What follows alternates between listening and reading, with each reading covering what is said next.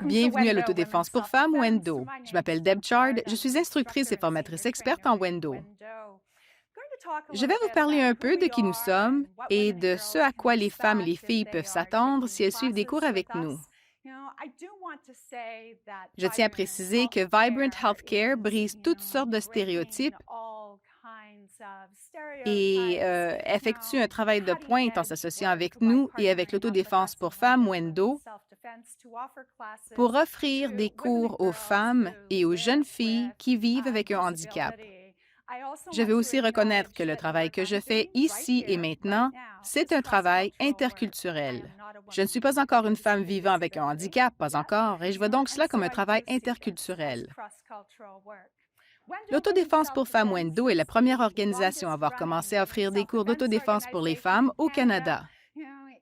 Dans un an, en 2022, nous fêterons notre 50e anniversaire. Eh oui, notre 50e anniversaire. Ainsi, au cours des 5 dernières décennies, nous avons offert de petits ateliers, des cours complets de 15 heures, à des filles et des femmes de 10 ans et plus, peu importe leur niveau d'aptitude, des femmes qui utilisent des appareils de mobilité, des femmes aveugles, des femmes qui ont des styles et des capacités d'apprentissage différentes. Vous savez, la femme la plus âgée qui a terminé le cours de base de 15 heures avait 93 ans. C'était mon étudiante. Vous auriez dû la voir.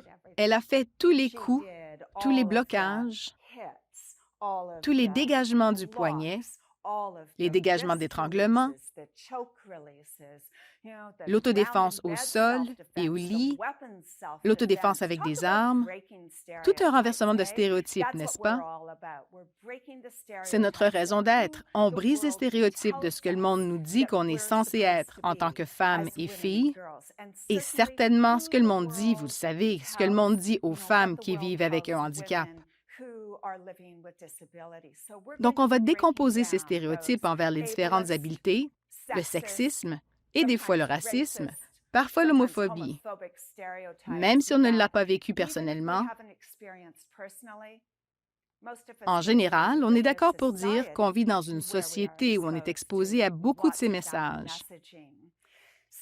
Donc, pour l'autodéfense pour femmes Wendo, on travaille à partir du point de vue que notre travail principal consiste à briser la culture du blâme des victimes.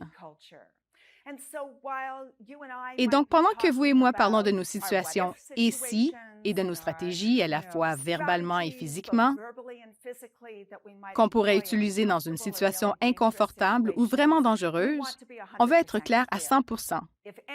Si quelqu'un, que ce soit un membre de notre famille, qu'il s'agisse d'un partenaire romantique, qu'il s'agisse d'un parfait inconnu, franchit cette ligne avec nous, ce qu'il faut bien comprendre, c'est leur faute, pas la nôtre.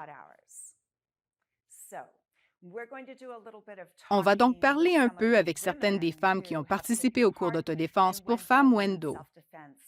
On va commencer tout de suite.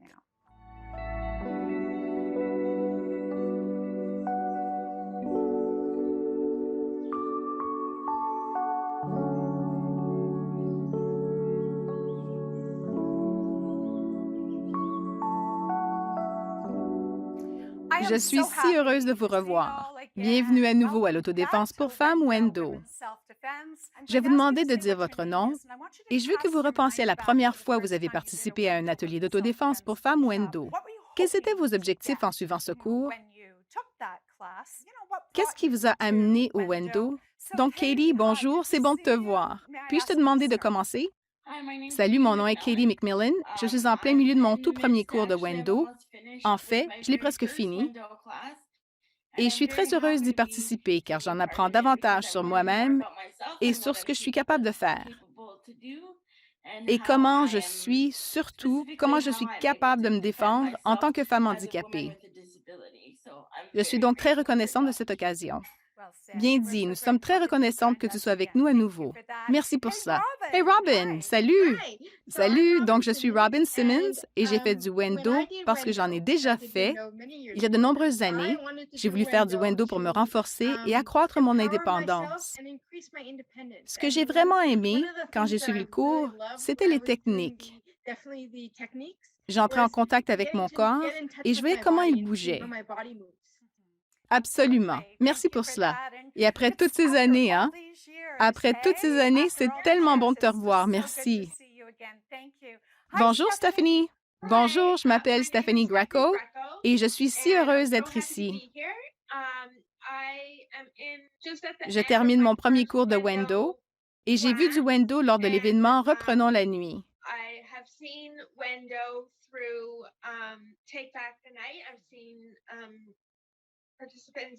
J'ai vu des participantes faire ça et à travers le Wendo, j'ai été vraiment heureuse d'apprendre des techniques que je peux utiliser avec mon corps et aussi différentes façons d'utiliser ma voix pour me défendre.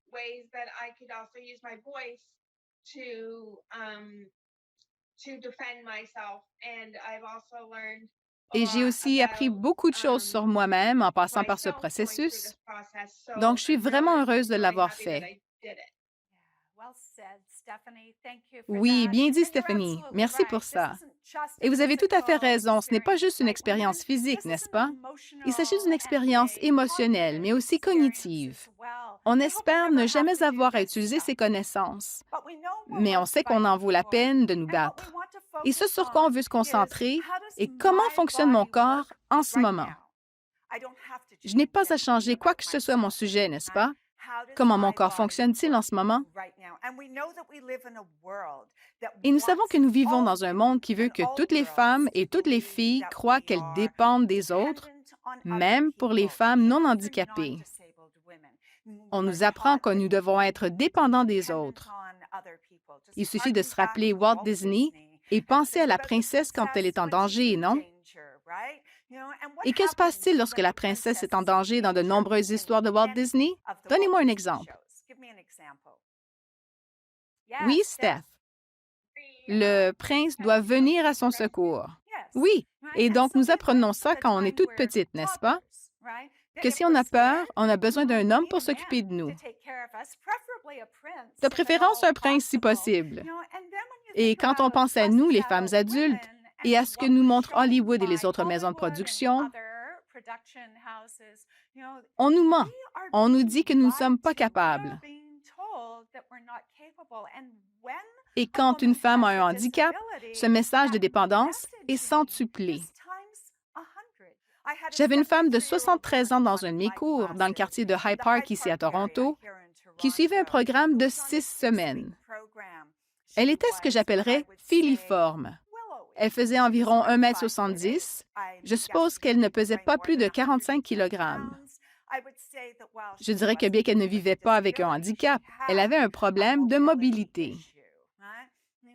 À mi-chemin de son cours de 6 semaines, alors qu'elle rentrait chez elle après son cours de Wendo, elle a entendu des pas derrière elle. Elle a fait ce que beaucoup d'entre nous feraient. Elle a traversé la rue. Et lui aussi. Elle a traversé un niveau. Lui aussi. Il a accéléré son rythme. Il a commencé à s'approcher de plus en plus d'elle. Il lui faisait des commentaires sur les parties de son corps, sur ce qu'il allait lui faire. Il menaçait de la violer. Mon étudiante a dit qu'elle était si effrayée qu'elle avait l'impression de ne se souvenir de rien. Elle avait oublié les blocages, les coups et les coups de pied. Elle a dit qu'elle se souvenait d'une seule chose. Elle a dit qu'elle s'est retournée et a fait face à cet homme.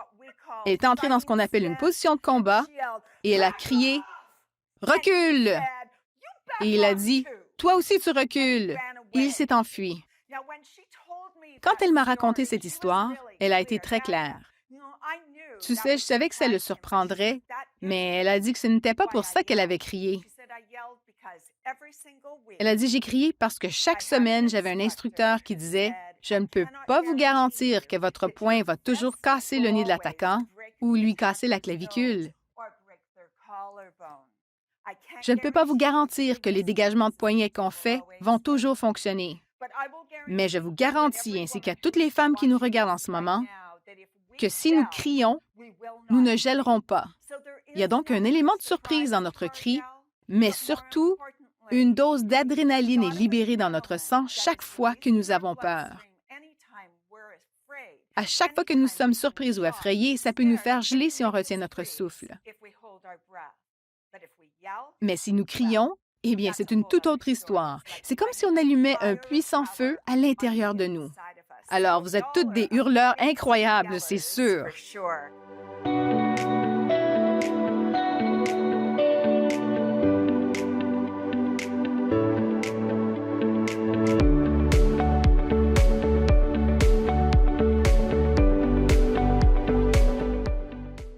On va jeter un regard sur certaines situations où, vous savez, on n'est pas en mesure d'utiliser verbalement l'autodéfense verbale de manière efficace, où nous ne sommes pas en mesure d'éviter la situation et où nous devons utiliser une technique physique afin de nous donner le temps de nous mettre en sécurité.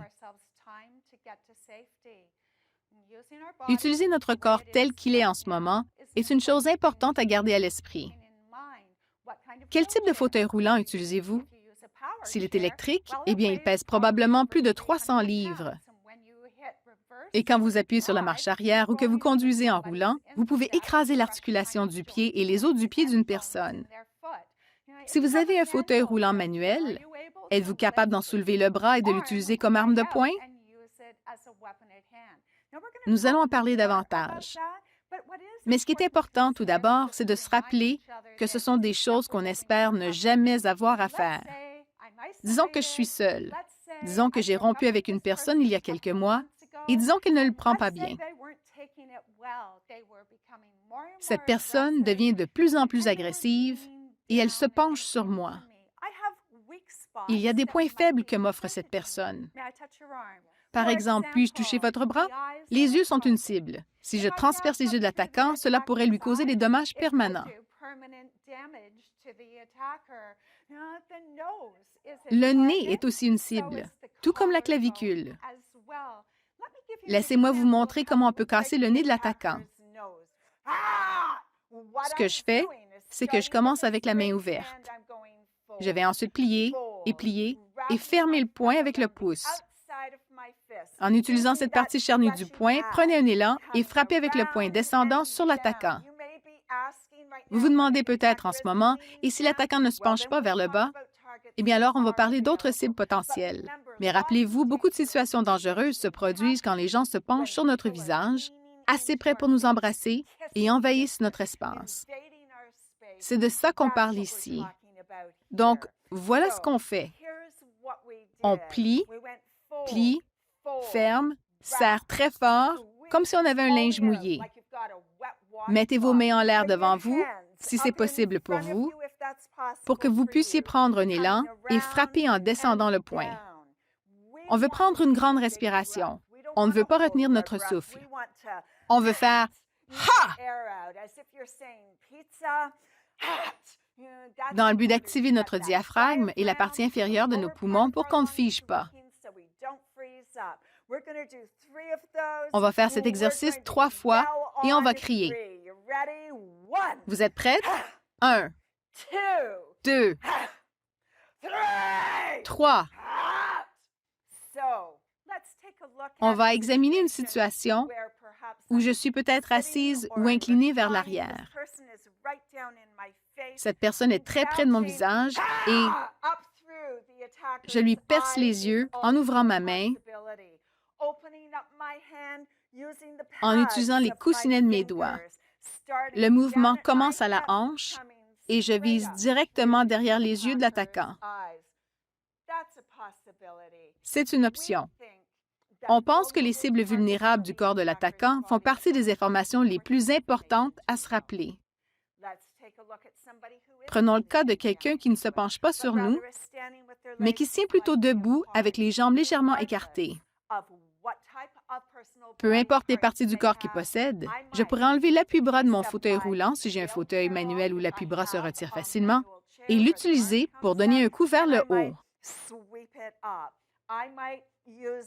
Je pourrais utiliser ma canne, mon parapluie ou mon rouleau à pâtisserie et frapper fort entre les jambes de l'agresseur. Je pourrais utiliser ma main. Ça ressemble à ça. Je tiens ma main ouverte. Je replie mon pouce sur ma paume. Mes doigts ont l'air d'avoir été cousus ensemble. Imaginez que vous lancez une balle de l'autre côté de la pièce avec un mouvement par en dessous. Pensez à regarder le visage de l'attaquant pour bénéficier de l'élément de surprise.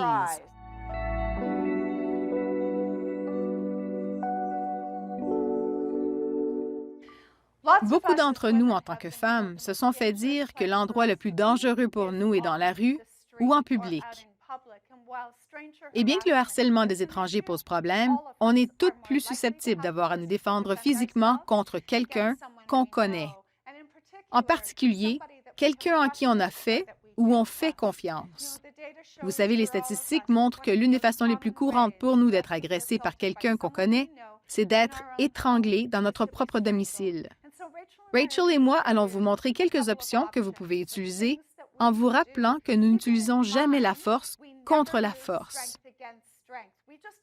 On présume simplement que l'attaquant est plus grand et plus fort que nous.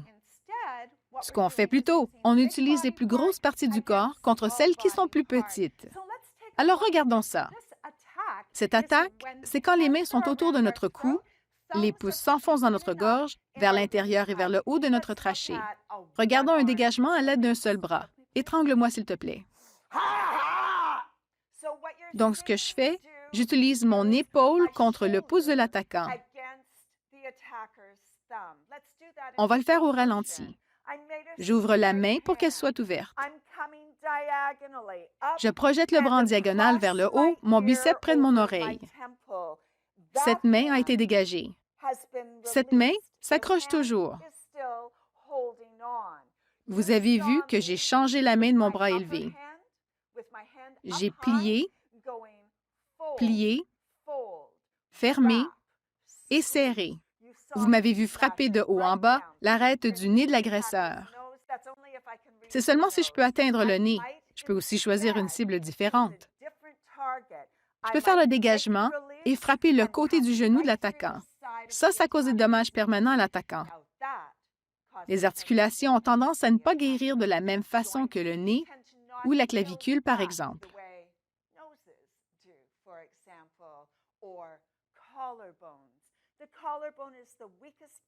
La clavicule est l'os le plus faible du corps humain. La plupart des femmes possèdent 2 fois plus de force que nécessaire pour casser une clavicule. Donc, regardez ce dégagement à nouveau. Je projette le bras en diagonale vers le haut, mon biceps près de ma tempe, et ensuite je vais frapper directement sous l'oreille de l'attaquant, ce qui cause une défaillance mécanique. Lorsque la clavicule casse, le bras tombe. L'attaquant va-t-il en mourir? Non. Il se rétablira d'environ 6 à 8 semaines, ce qui pourrait me donner le temps de décider ce que je vais faire par la suite. C'est une façon de se libérer. Laissez-moi vous en montrer une autre. Peux-tu mettre tes mains sur ma gorge, s'il te plaît? Ce que j'ai fait, j'ai ouvert ma main comme la lettre C. J'ai frappé l'intérieur du coude de l'attaquant, puis la même chose de l'autre côté, et ensuite, je contre-attaque sur le côté du cou ou à l'avant, sur la gorge. Sur le côté du cou, la carotide. La carotide transporte le sang du cœur jusqu'au cerveau. Quand je frappe quelqu'un sur le côté du cou, il peut s'évanouir. Il peut avoir des vertiges. Si la personne est en bonne santé, elle s'en remettra rapidement. Notez bien la différence entre casser le genou de quelqu'un ou lui faire perdre connaissance ou le faire saigner du nez. Vous savez, on choisit la technique physique en fonction du niveau de danger de la situation. Encore une fois, s'il te plaît. Donc, on met nos mains en coupe pour former la lettre C, frapper le bras opposé à l'intérieur du coude et l'autre coude intérieur. Je n'ai peut-être pas besoin de frapper. Je pourrais crier « Arrête de me toucher ». Je pourrais être capable d'utiliser de l'autodéfense verbale. On ne sait pas à quelle sorte de situation on peut faire face jusqu'à ce qu'elle survienne. Et donc, il est bon pour nous de penser à l'autodéfense verbale, aux techniques physiques, des outils que j'ai en ma possession.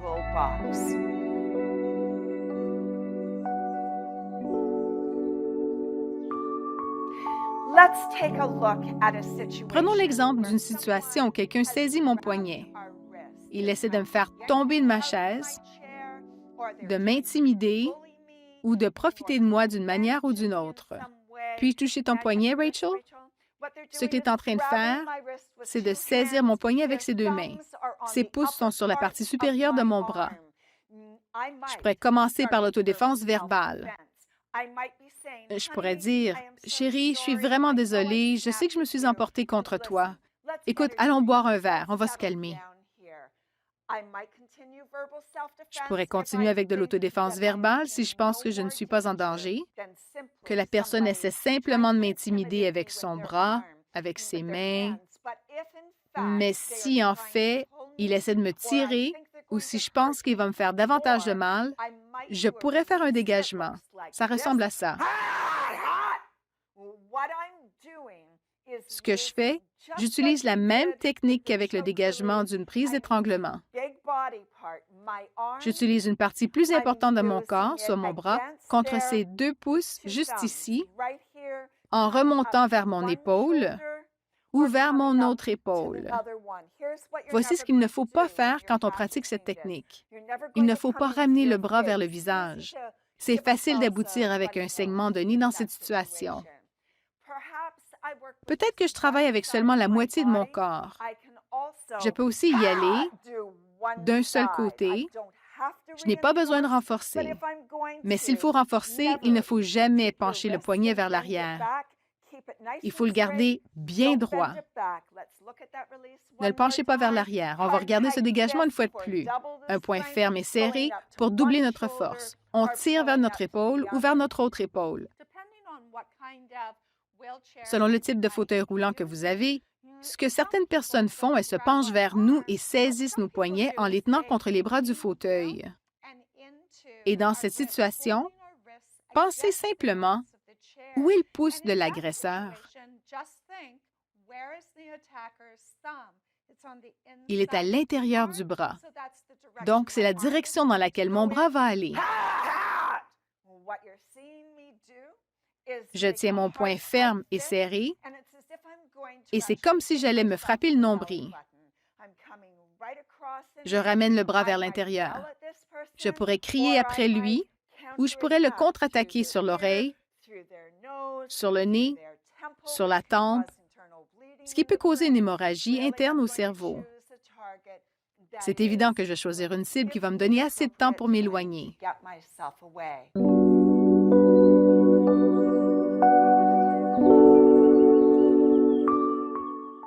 Donc, les femmes qui viennent au cours d'autodéfense pour femmes de Wendo et qui utilisent des fauteuils roulants, surtout ceux qui sont manuels, parlent de la façon dont certains inconnus décident qu'ils vont se mettre derrière elles en disant « Laissez-moi vous aider à traverser la rue » ou qui viennent à côté d'elles et qui voient un fauteuil roulant comme une chose pour laquelle ils n'ont pas besoin de demander la permission pour y toucher. Donc, nous allons parler d'autodéfense verbale et de ce qu'on peut faire si quelqu'un agit d'une telle façon. Mais amplifions la situation pour un moment. Prenons une situation où quelqu'un s'est approché à côté de moi. Il a mis son bras autour de mon épaule. Il peut me tirer vers lui. Et selon le type de fauteuil roulant que j'ai, il peut même essayer de me faire tomber sur le côté. Et donc, c'est une situation où je pourrais utiliser des techniques physiques immédiatement. On sait que les parties génitales sont une cible, tout comme l'abdomen autour de la zone du nombril, ainsi que le plexus solaire. Ce sont les trois zones que je peux atteindre très facilement en ce moment. Je peux commencer par un coup avec mon coude. Ça ressemble à ça. Je plie mon bras et le mets parallèle au sol. Je forme un point ferme et serré, si c'est possible pour moi. Je vais renforcer ce point pour en doubler la force. Je prends mon élan avec mon bras devant moi, puis je frappe au-delà de l'abdomen de l'attaquant. Ceci peut causer une hémorragie interne à l'attaquant. Sans soins médicaux, il pourrait souffrir des dommages permanents et même en mourir. Eh oui. Et donc, je pourrais frapper l'abdomen ou je pourrais simplement lui couper le souffle en frappant au-delà du plexus solaire. Ça va lui prendre quelques instants pour retrouver son souffle. selon la taille de l'attaquant, selon la hauteur de ma chaise. Je peux frapper l'entrejambe de l'attaquant. Si j'utilise une moitié de mon corps, je peux former un point ferme et serré et je peux ouvrir ma main. Si cette personne a des parties de corps masculins, je peux saisir ses testicules, les serrer, les tordre, les déchirer.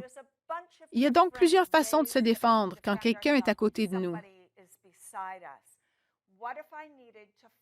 Et si j'avais besoin de faire un suivi?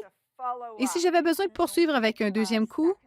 Si je donne un coup de coude au plexus solaire, je peux utiliser l'envers de mon poing pour le frapper sur le nez, de bas en haut. Cette combinaison ressemblerait à ça. Encore une fois, on utilise notre corps en fonction de ce qu'il peut faire au moment présent. Si vous suivez un cours d'autodéfense pour femmes Wendo, vous verrez qu'on adapte le programme en fonction des personnes dans la pièce à ce moment-là. Je connais tellement de femmes qui ont des fauteuils roulants motorisés, qui ont manipulé le contrôle pour utiliser le repose-pied pour trancher le tibia de l'attaquant ou son genou, ou qui ont roulé sur le pied de l'attaquant. L'utilisation de notre voix ne devrait jamais être minimisée, ne devrait jamais être sous-estimée. Si Rachel se tient derrière moi et qu'elle s'accroche au poignet imaginaire de mon fauteuil roulant, je pourrais vouloir utiliser l'autodéfense verbale dans une situation publique. Si quelqu'un a agrippé le dosseret de ma chaise, en fonction de mes préférences, je pourrais dire « lâche ». Merci, mais non merci. Lâche ma chaise. Ou je pourrais dire « lâche-moi ». Ou s'il ne lâche pas la chaise, je pourrais crier « Vous avec la veste rouge, je me fais attaquer par un inconnu. Appelez le 911 ». Depuis qu'on est toute petite, on nous dit de ne pas faire trop de bruit, de ne pas faire de scène. Et ce qu'on suggère en autodéfense des femmes Wendo, c'est de vous faire voir et entendre. Faites une scène. Faites ce que votre instinct vous dit de faire. Et sachez qu'on a été programmé pour rester silencieuse. Je souligne encore une fois que c'est 100 fois pire pour les femmes qui vivent avec un handicap.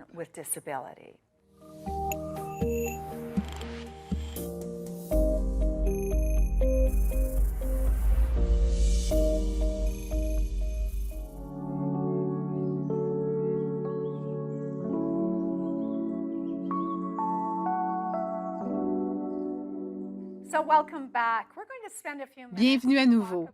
On va prendre quelques minutes pour parler de la façon dont on incorpore certaines attitudes sociétales en tant que femme et comment ceci peut jeter un éclairage sur la façon dont on se voit nous-mêmes et les unes les autres, mais surtout si quelqu'un essaie de profiter de nous et de franchir ses limites avec nous. Donnez-moi quelques exemples pour montrer comment la société et les personnes en position de pouvoir peuvent considérer toutes les femmes et les femmes handicapées.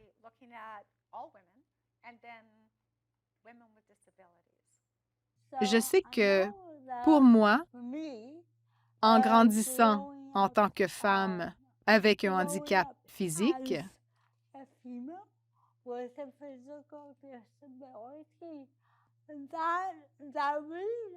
j'ai vraiment ressenti que mon corps était quelque chose que les autres voulaient réparer.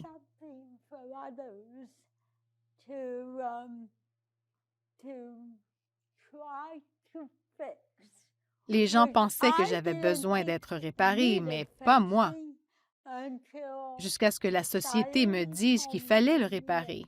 Et en tant que femme, j'ai toujours su que je n'étais pas considérée comme l'égale d'un homme.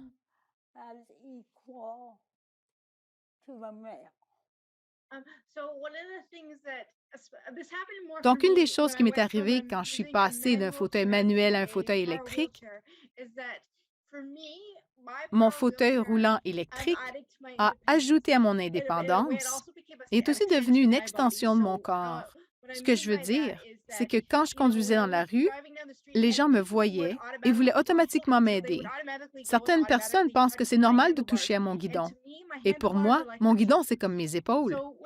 Donc, quand quelqu'un veut automatiquement toucher à ma chaise, je lui dis, ne touchez pas à ma chaise. C'est une extension de moi. C'est comme si tu touchais une partie de moi. Vous mettez vos mains sur mon guidon. C'est comme si tu mets ta main sur mon épaule ou sur mon bras. Et je t'ai pas donné la permission de me toucher. Je n'aime pas ça, c'est pas cool. J'ai souvent la même expérience que Robin. Il y a plusieurs années, j'étais dans un centre commercial avec une amie physiquement apte et quelqu'un est venu vers moi et m'a fait un compliment. Il a dit que j'étais vraiment jolie pour quelqu'un en fauteuil roulant. Et ça m'a vraiment marquée. J'étais un peu confuse. Ça m'a prise par surprise. Et l'amie avec qui j'étais, elle aussi était un peu confuse parce que c'était vraiment déplacé. C'était un compliment équivoque. Je ne sais pas pourquoi ça m'interpelle. En fait, j'ai écrit un article à ce sujet. Parce que c'est comme si ça venait juste de se passer. Alors, merci, Katie. C'est très intéressant, n'est-ce pas? Quand on parle de nos expériences personnelles et comment on peut se sentir à vivre parfois, même simplement en partageant ce genre de situation, et je pense que vous touchez à la notion de on est dans le tort, peu importe ce qu'on fait. C'est quelque chose que toutes les femmes ont en commun. Si on ne le prend pas comme un compliment, alors on réagit de façon excessive à quelque chose. Mais si on laisse passer quelque chose et qu'une personne aggrave la situation, les gens diront, « Eh bien, tu devrais apprendre à parler pour toi-même. » C'est ça. Donc, on a tort, peu importe ce qu'on fait. Je pense que tu as bien compris ça, Katie. Merci. Et toi, Steph?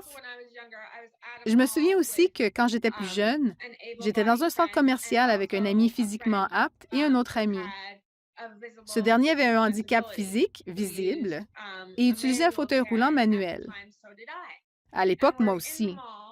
On était dans le centre commercial et on attendait l'ascenseur. Quelqu'un s'est approché de nous et a commencé à poser des questions à mon ami physiquement apte.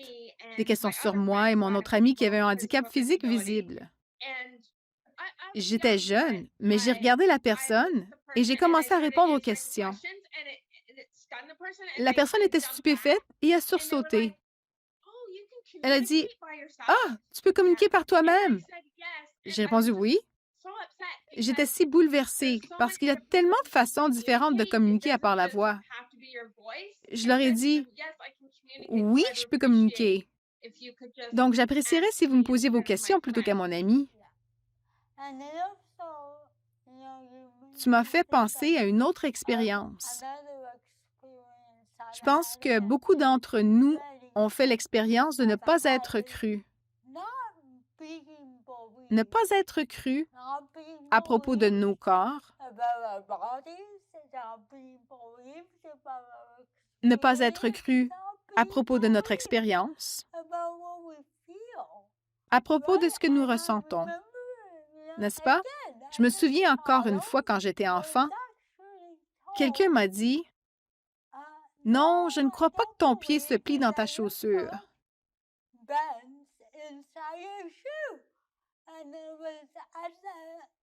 Et comme j'avais 11 ans, je me suis dit, « OK, mais qu'est-ce que je vais faire si vous ne me croyez pas? »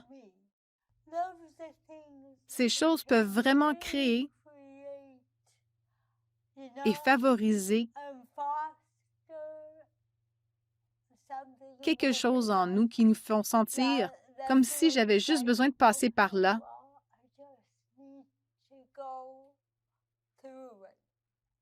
Jusqu'à ce qu'on trouve notre force intérieure,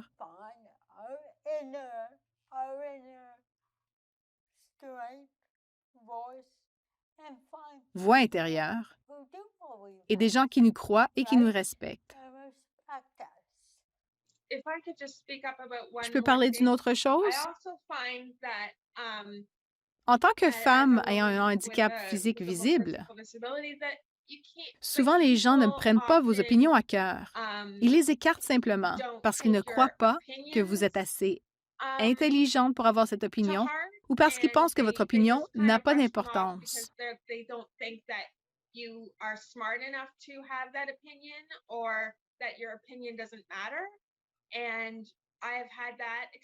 Et j'ai eu cette expérience à plusieurs reprises, à différents moments de ma vie.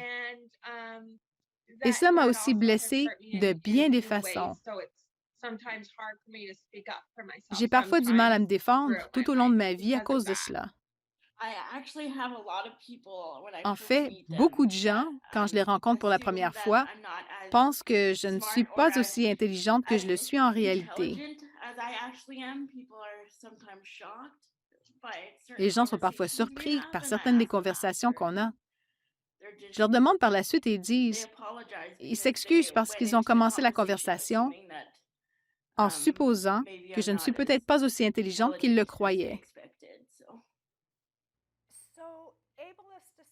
Ainsi, les suppositions capacitistes, c'est ce dont vous parlez, incluent la juvénilisation et la déshumanisation. Et je sais que vous savez toutes comment le chevauchement s'opère. Si l'une d'entre nous a des personnes âgées dans sa vie, ou quand on va chez le médecin avec un de nos aînés, et soudainement, le médecin nous parle à nous et non à la personne âgée avec qui nous sommes. Il y a une supposition que, cognitivement parlant, cette personne n'est pas nécessairement capable de prendre des décisions concernant son propre corps. Vous savez, ça arrive avec les enfants aussi, non? Les données montrent que ça arrive plus souvent aux femmes qu'aux hommes. Et donc, la nature intersectionnelle de l'oppression est vraiment évidente. Rappelez-vous que je vous ai raconté l'histoire d'une femme dans un de mes cours. Elle suivait un cours pour les femmes qui sont malvoyantes ou aveugles. Et elle racontait que chaque jour, elle prend le métro ici à Toronto pour l'aller-retour à son travail. Même routine, même horaire. Et un jour, une femme s'est assise à côté d'elle et lui a dit, « Ma chère, je vous vois tous les jours. Vous êtes toujours si belle. Vous vous en sortez si bien. Dites-moi, qui vous habille? » Et cette femme lui dit, sans hésiter, « Eh bien, ça dépend de la personne avec qui j'ai passé la nuit. » Donc, ce que mon élève a fait, c'est qu'elle ne faisait pas que répondre à la supposition capacitiste au sujet de l'hygiène personnelle. Être capable de s'habiller soi-même. Mais elle a aussi ajouté cette autre petite partie sur « Mais je fais l'amour et je fais l'amour avec autant de personnes que je le souhaite de faire l'amour. » Des femmes qui vivent avec un handicap me disent que l'hypothèse est que tu devrais être reconnaissante pour n'importe quel rapport sexuel qui t'est offert ou tu es asexué. On sait que toutes les données montrent que les femmes handicapées sont plus susceptibles, beaucoup plus susceptibles, d'être blessées que les femmes non handicapées. On a créé une base de compréhension ici. Les hypothèses qu'avancent les gens et l'appropriation que les gens se permettent sur les corps des femmes et surtout sur les corps de certaines femmes handicapées parce qu'ils croient en avoir le droit. Et donc, la honte et le blâme que nous toutes en tant que femmes intériorisons est ce qu'on veut réfuter. Quelle est la première chose que vous voudriez dire à votre ami qui vous révèle une chose aussi importante? Robin, que tu n'es pas seule. C'est la chose la plus importante que j'ai apprise, surtout au Wendo. Dès que je suis entrée dans la pièce, tu n'es pas seule. La sororité, on est des sœurs, pas vrai? Et pourtant, on nous dit qu'il n'y a que nous. Le Code criminel décrit l'agression sexuelle comme toute activité sexuelle non désirée. Des baisers non désirés, des attouchements non désirés sur nos seins sur nos organes génitaux ou sur nos fesses, c'est une agression sexuelle. L'objectivation de nos corps. Exact. Plus d'une femme sur 4 au Canada a vécu cela. Si ça vous est arrivé, alors vous faites partie d'une majorité, pas d'une minorité. Et donc, si mon amie vient me voir pour me dire qu'elle a été blessée, je vais lui dire, oui, tu fais partie d'une majorité. Quoi d'autre dirais-tu à ton amie si elle te disait qu'elle a été blessée? C'était ta main, Katie? Oui, je pense qu'il est aussi très important de dire que tu les crois. Oui, oui. Oui, inscrivez-le partout sur chaque bâtiment devant lequel vous passez. Inscrivez, nous croyons les survivants. Je vous crois. Et ce n'est pas, quoi? Ta faute. Ce n'est pas ta faute. Ce n'a pas d'importance si tu étais ivre ou drogué. Ce n'a pas d'importance si tu as eu des relations sexuelles consensuelles avec cette personne 1 million de fois. Ce n'a pas d'importance. Ce n'est pas ta faute. Ce n'est jamais ta faute. Si quelqu'un transgresse tes limites, et alors bien sûr, ce qu'on fait avec notre ami dépend de notre ami. On lui demande, de quoi as-tu besoin? À qui veux-tu parler? Ensuite, c'est là où toutes les ressources disponibles, cette liste de centres de soins et de centres d'aide aux victimes de viol, centres de crise du viol. Je pense que l'aspect le plus important de toute conversation qu'on a sur la violence contre les femmes est de trouver de la compassion pour nous-mêmes. Tout comme on trouverait de la compassion pour d'autres personnes dans nos vies, on veut être capable de la transférer à nous-mêmes. Alors, à quoi ressemble le fait de trouver notre pouvoir? J'aimerais suggérer que ce qu'on fait lorsqu'on trouve notre pouvoir, c'est de reprendre notre pouvoir. Surtout dans une société qui a systématiquement travaillé pour nous enlever notre pouvoir.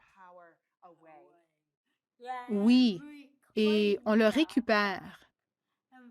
Et trouver notre force qui est en chacune de nous, c'est en chacune de nous. Il s'agit de la trouver et de la découvrir, et pour beaucoup d'entre nous, d'avoir le soutien nécessaire pour le faire, n'est-ce pas? Oui, bien dit, bien dit. Alors, voilà comment on change le monde. On prend soin de nous-mêmes. On élimine le jugement de soi. On obtient du soutien quand on en a besoin. Et si on ne trouve pas le bon soutien, n'arrêtez pas d'essayer. Continuez à chercher parce qu'on en vaut la peine. Nous valons la peine qu'on se batte pour nous de toutes sortes de façons.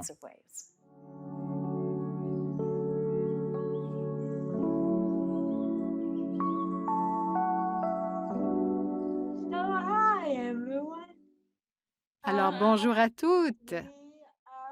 On poursuit notre discussion.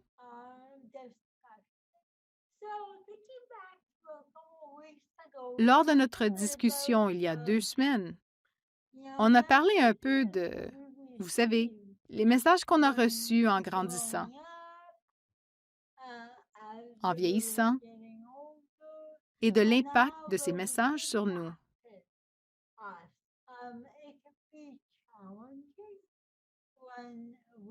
Ça peut être un défi quand on vit dans un environnement où le handicap fait partie de la vie, pour moi en tout cas.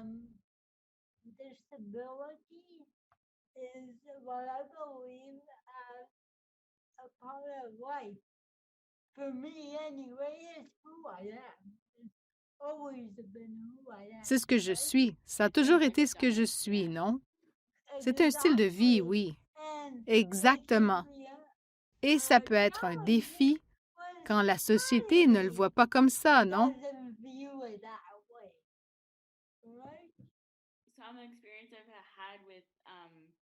J'ai eu quelques expériences avec des situations de violation de la vie privée. En fait, plus récemment, au cours du dernier mois environ, une préposée m'a aidé à me déplacer pour aller aux toilettes. Je lui ai poliment demandé de me laisser un peu d'intimité. Et elle s'est moquée de moi.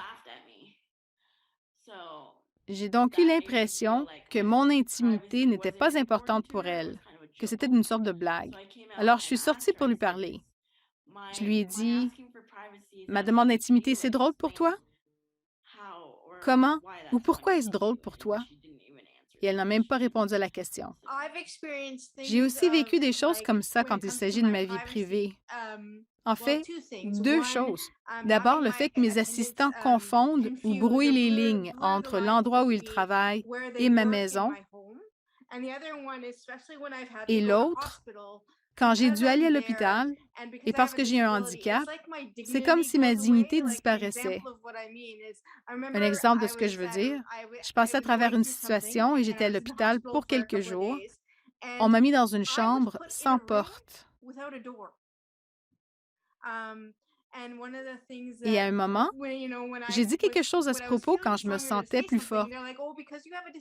Ils m'ont répondu, « Oh, c'est parce que vous avez un handicap, on doit avoir accès à vous. » J'ai dit, « Donc, vous ne me donnez pas de porte pour avoir de l'intimité quand j'ai besoin de fermer la porte pour aller aux toilettes? Parce que c'est plus facile pour vous d'avoir accès à moi et de faire ce dont vous avez besoin? Donc, vous rendez les choses plus faciles pour vous, mais pas pour moi. Et je n'ai pas l'impression que ma dignité est respectée. » On aurait pensé qu'à l'hôpital, ils comprendraient ça. Ils ne comprennent vraiment pas. Souvent, ces expériences elles-mêmes peuvent conduire à un traumatisme.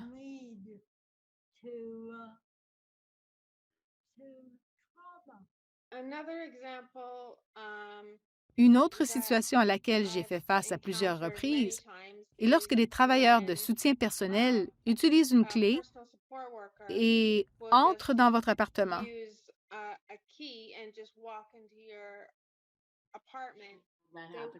Ils ne frappent pas. Parfois, ils arrivent en retard, parfois ils arrivent tôt. Ils pensent qu'ils peuvent faire n'importe quoi, n'importe quand. Ils ne se rendent pas compte que ce n'est pas ce qu'on veut.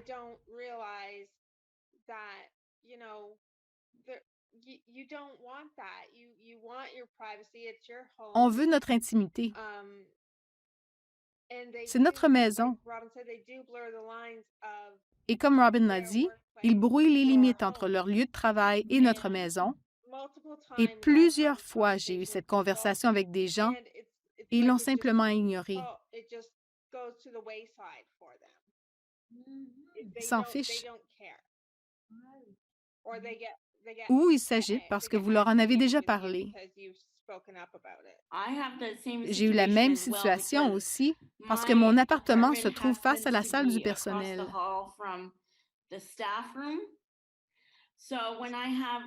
Donc, quand j'ai des assistants ici et qu'ils ont besoin de faire passer un message à un autre membre du personnel, ils entrent simplement dans mon appartement sans frapper. C'est quelque chose qui m'irrite au plus haut point. Vraiment, je suis tellement en colère à ce sujet. Il semble juste que c'est ignoré, entièrement ignoré. Ils n'y pensent même pas. Et c'est irrespectueux. C'est encore arrivé ce matin, en fait. Ah ouais. Tu sais, ça me rappelle la chanson d'Aretha Franklin. R-E-S-P-E-C-T.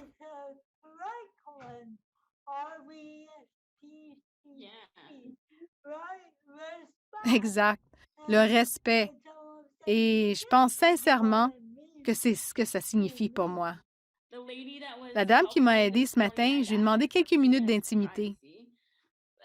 Et puis, je l'ai entendue, elle avait ouvert ma porte et elle avait une conversation avec un collègue devant ma porte, nonchalamment, avec la porte ouverte, ayant une conversation avec quelqu'un. Wow, je suis désolée d'entendre ça. Merci, j'apprécie, parce que j'ai l'impression parfois que je suis invisible quand je me sens comme ça. Tu n'es pas seul. Et une autre chose que je veux soulever au sujet de la vie privée et des travailleurs sociaux, c'est le fait que lorsque des choses se passent chez vous,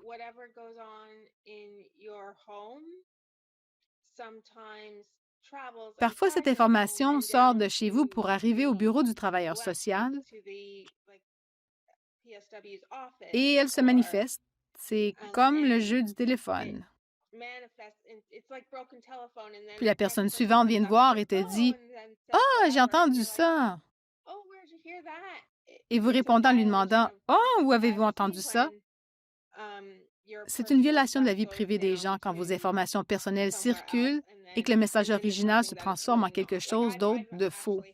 Ça m'est arrivé, des choses ont été mal interprétées et j'ai dû dire non, c'est pas ça qui se passe. Mais merci de me faire savoir que vous pensez de cette façon. En ce qui concerne les autres aspects de la vie privée dans ma vie, eh bien, je vis dans un logement avec service de soutien.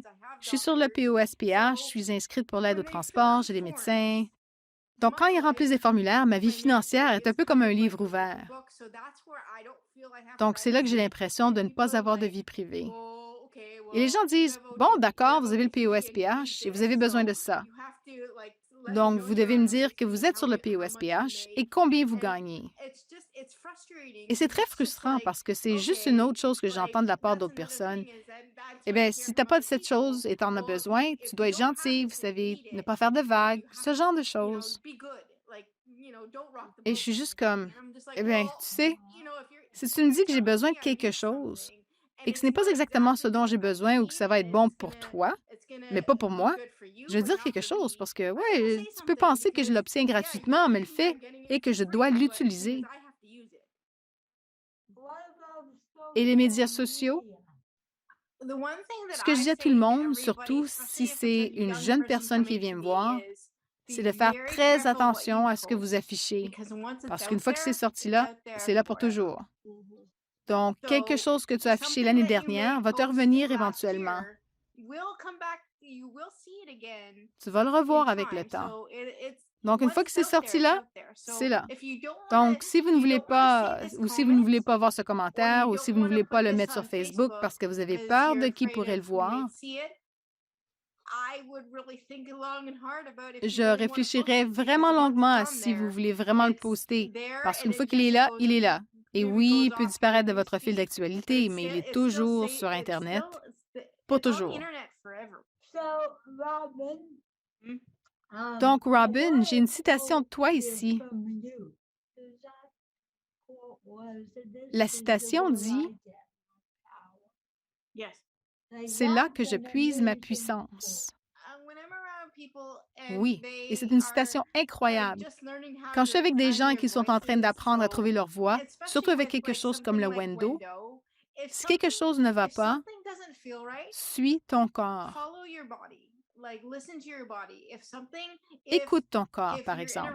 Si tu es dans une pièce et que quelqu'un te dévisage trop, ou si tu conduis ou tu marches dans la rue et que la personne derrière toi se rapproche un peu trop, écoute ton corps te dire que ça ne va pas. Voilà donc mes quelques mots de sagesse. Ton corps te dit ce qu'il a besoin de savoir. Oui, en fait, j'ai une situation il y a quelques soirs. Un homme me suivait et ça me posait problème. Alors, j'ai automatiquement accéléré dans mon fauteuil roulant pour m'éloigner de lui. C'est juste une réponse automatique, je pense. Fais-toi confiance. C'est ma dernière citation. Oui, ça va avec la reconnaissance. La reconnaissance de ta propre force, non? La force intérieure. Et l'honorer et y faire confiance. Merci beaucoup à vous toutes. Merci de m'avoir reçu. Merci à vous. Au revoir tout le monde. Au revoir.